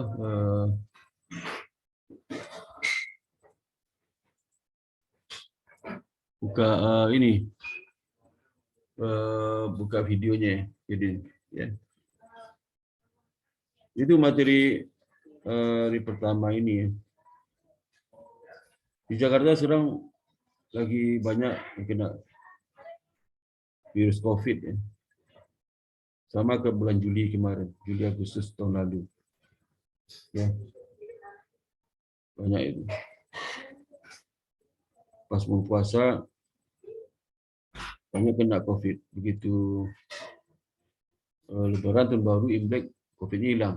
Ya, itu rotasi masyarakat sekarang luar biasa. Masyarakat udah tahu membaca itu plagatnya. Ya. Ini kan mau puasa awal April. COVID muncul tuh, ya. Nanti Lebaran PPKM-nya ditingkatkan jadi 10 kali lipat. Ya, sedangkan Natal, Tahun Baru, Imlek nggak ada sama sekali itu. Ya, itu Lebaran PPKM naik. Oh, naik lagi ke Lebaran besok 3 kali itu ya. Kalau bisa pulang. Kalau Lebaran tahun lalu pulang. Saya gimana? Saya pulang sebelum ada PPKM diberlakukan. Pulang saya. Tiba di Padang itu 3 minggu saya kan. Tapi ya tes swab antigen mahal 250.000. Saya bertiga pulang sama anak sendiri. 50 kan? 50. Ya. Mahal tuh. Ya. Pulang 250 jadi 1,5 juta untuk tes swab antigen aja. 1,5 juta. Belum PCR ya.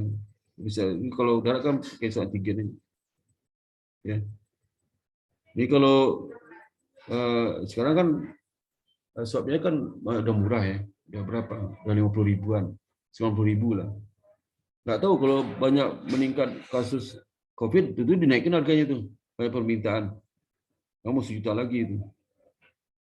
Jadi nggak tahu juga nih kondisi kita ini nggak karuan sekarang. Ya, karuan. Ini berasa udah kurang enak nih, nggak demam bisa juga ini. Minum obat protokol sudah hilang. Jadi COVID sekarang beda sama COVID tahun 2021 ya. COVID sekarang itu sudah dari dokter nyatakan nggak usah ke rumah sakit. Jadi kalau sudah demam, usah tes COVID swab antigen nggak usah. Pasti swab antigen sudah positif. Kalau kena flu positif. Pasti nggak usah tes swab antigen.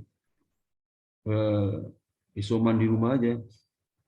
Di rumah makan vitamin, makan banyak, istirahat, ya, olahraga juga, jemuran, bukan jemur kain ya, bukan jemur kain, jemuran badan, beda lagi. Oh jemuran kain Pak, enggak, badanmu dijemur, nah, itu udah aman tuh, karena seminggu udah selesai, ya, gitu. Banyak sekarang di Jakarta, kasihan Jakarta itu kalau jemuran nggak bisa, rumah banyak di gang, jemuran di depan, jemuran kelihatan semua orang. Saya masih mending ada bisa jemur di belakang rumah, saya masih mending. Ya. Jadi itu jaga kesehatan itu. Banyak sekali itu yang kena di, banyak kena. Tadi kan tadinya semester ini mau saya coba itu apa blended ya. Jadi ada yang offline, coba satu mata kuliah itu offline-nya 3 kali, 4 kali ya.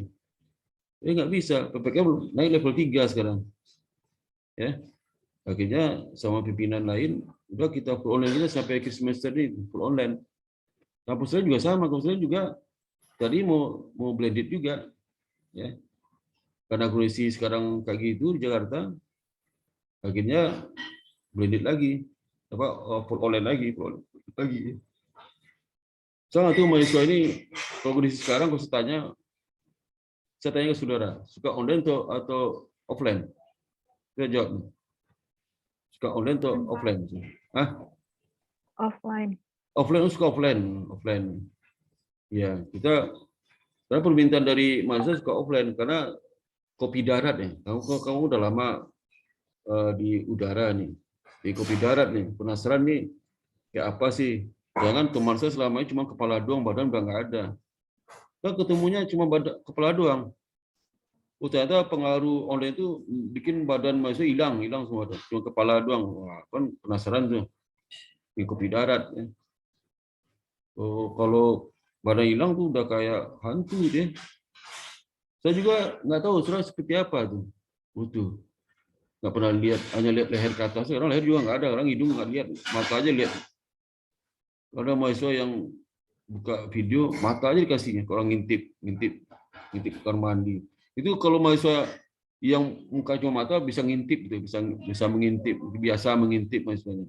Ya, buka videonya dong, matanya doang kelihatan. Nah, itu mahasiswanya kecanduan mengintip. Gitu. Ya, tapi kalau buka muka semuanya, berarti gitu. Ya. Tapi kan sampai leher ke atas cuma bisa, leher ke atas. Nah itu maka mahasiswa pengen kopi darat nih, gimana sih teman saya itu? Jangan nggak punya kaki lagi sekarang itu. Sejak offline ini kaki hilang. Kan merasa nggak butuh kan kakinya, ngapain nggak butuh kakinya? Bilang kalau dia dijual kakinya, ekonomi kurang, jual kaki, itu di shop, lain lagi itu. Ya, itu maka perlu juga. Jadi saya coba kemarin itu sudah saya bikin, kita siapkan itu ya. Mahasiswa bisa offline minimal maksimal 4 kali satu semester itu. Ya. Nah kita udah punya gugus tugas COVID, Satgas COVID udah punya Pak Sulfison ketuanya. Jadi kalau ada dosen pingin offline, ya, itu lapor dulu ke BAK, nanti melapor ke Pak Sulfison disiapkan anunya. Nah, tapi sudah nggak boleh itu, nggak habis kuliah langsung pulang, jangan nongkrong di kantin nggak boleh buka, ditutup. Ya. Tapi sekarang nggak bisa lah, kita full online.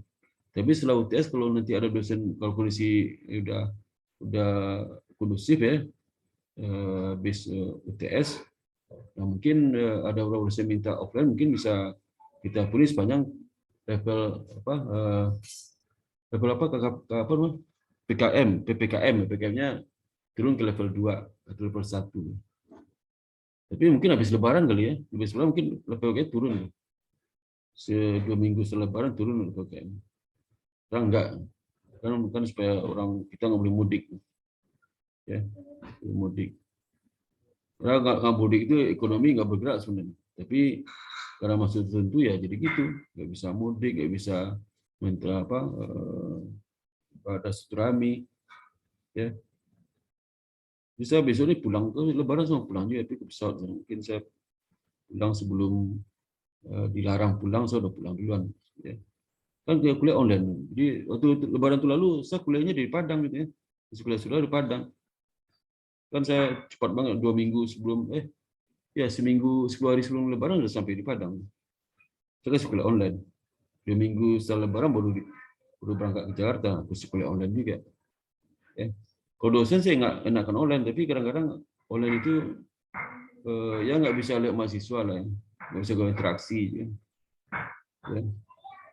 Nah, mudah-mudahan itulah kondisi yang baik. Ya. Nah, ini ada lagi virus sudah dicadangkan nih, virus COVID sudah dicadangkan besok. Untuk tahun depan sudah ada virus sekarang, sudah dibikin sekarang. Nah, virus ganas tuh. Untuk lebaran tahun depan ya. Untuk lebaran tahun depan sudah disiapkan virusnya sekarang itu. Nah, virus sekarang udah ngomong tahun lalu, nanti ada virus lagi di bulan Februari, Maret. Nah, itu untuk menghantam lebaran 21. Nah, tahun depan udah ada sekarang itu, udah disiapkan sekarang. Hati-hati sudah itu. Kita lebih ganas virusnya. Ya. Makanya permainan seperti itulah negara Eropa kesal itu. Inggris itu menyatakan nggak ada mau tahu lagi, pokok bebas semua, nggak usah pakai masker. Ini flu biasa aja. Ya. Seperti yang Omicron itu nggak dianggap sama mereka itu. Omicron itu flu biasa, obat aja. Tapi kalau yang komorbid mah nggak bahaya sih, komorbid ya. Tapi anak muda kan nggak. Ini mahasiswa berapa orang kena? Yang itu yang mahasiswa yang invitasi BI, ada kena kan? Omicron. Tapi 5 hari udah sehat. Gitu. Ada juga yang masih komorbid dan masih dirawat. Itu udah sehat lah sekarang. Ya. Dosen kita berapa orang kena ke Omicron? Ya. Nah itu udah mulai sehat kan, seminggu sehat lagi. Gitu. Jadi permainan itu aja ngomong, karena sepanjang stok vaksin masih ada, virus kan dibikin terus. Stok vaksin masih banyak, belum terjual. Stok vaksin, stok apa lagi itu? Yang stok ini, Yang lain juga masih banyak ini. Kita berharap supaya nggak terjadi lah. Ekonomi kemarin itu sempat Natal, Imlek ya. So November, Desember itu berapa perjalanan? Ke Jambi, ke Padang, ke Medan, ke Makassar, ke Jogja, ke Solo. Semua ada Omikron. Nggak apa-apa, alhamdulillah. Begitu saya balik dari Solo terakhir, Omikron muncul. Ya. Saya pemeriksaan banyak sekali. Ini mungkin saya mau ke Kendari, ya. Mau kemana ya? Tahun ini juga mau pergi juga kemana-mana. Ya. Ke Malaysia, atau Malaysia udah buka ya. Malaysia saya ada juga itu yang undangan ke Negeri 9 ya. Untuk konferen juga. Bulan Juni ya. Itu bisa nggak? Yang ini kalau negeri itu apa? Pulang itu kita di kompasin apa? Pulang itu kita dikerja sama hotel. Tahu nggak sudah kalau luar negeri itu? Kalau kita di isolasi di hotel bisa 12 juta biayanya. Sampai 10 hari 12 juta. Ini saya 1 juta lebih. Gila itu. Lebih juta. Kalau 10 hari bisa 15 juta itu. Kalau kita nggak apa-apa itu. Luar negeri. Nah itu yang ngiri kalau kita keluar negeri, mikir juga saya sendiri pulang malah dikerjain betul sama ini. Ada mafia juga. Ya. Kalau kita mau ke yang gratis, ke Wisma Atlet nggak boleh, karena kan kamu keluar negeri bukan tugas. Nah, repot juga itu. Wisma Atlet kan gratis kan. Nah, suka hotel. Ada mafia di bandara ya. Ya. Gila banget itu ya. Satu orang bisa lebih, semalam bisa 1 juta lebih. Ya. Belum ada kamar hotelnya. Peralatan bisa habis 15 jutaan ini. Ya, makanya hati-hati sudah ya, jaga kesehatan lah. Jelas jangan khawatir lah, berdoa aja. Ya. Itu agak biasa, udah imun lah. Makan banyak, makan pisang banyak, makan jeruknya banyak ya. Banyak-banyaknya semua. Ya. Yang boleh itu makan teman nggak boleh ya. Boleh itu. Ya. Nah itu yang sampaikan waktu udah saya mau rapat jam 10 mau presentasi juga ini. Tadi sudah absen, supaya belum absen. Ini angkatan, supaya belum absen ini. Absen ini ada datang terakhir nggak? Ada nggak? Sudah absennya. Di mana nih?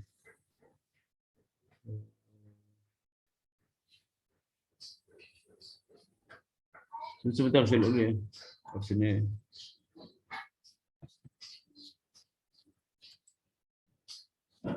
Sebentar. Ini sistemnya.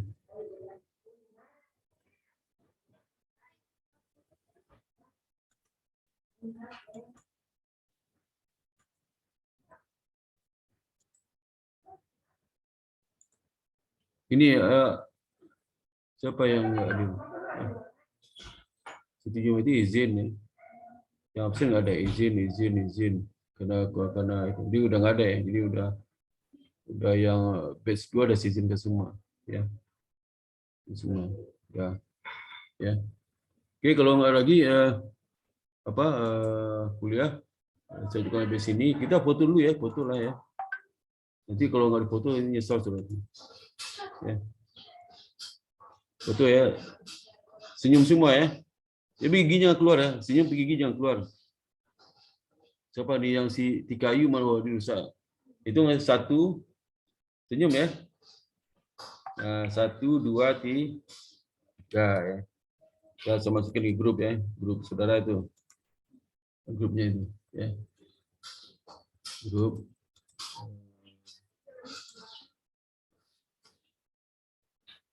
Nah.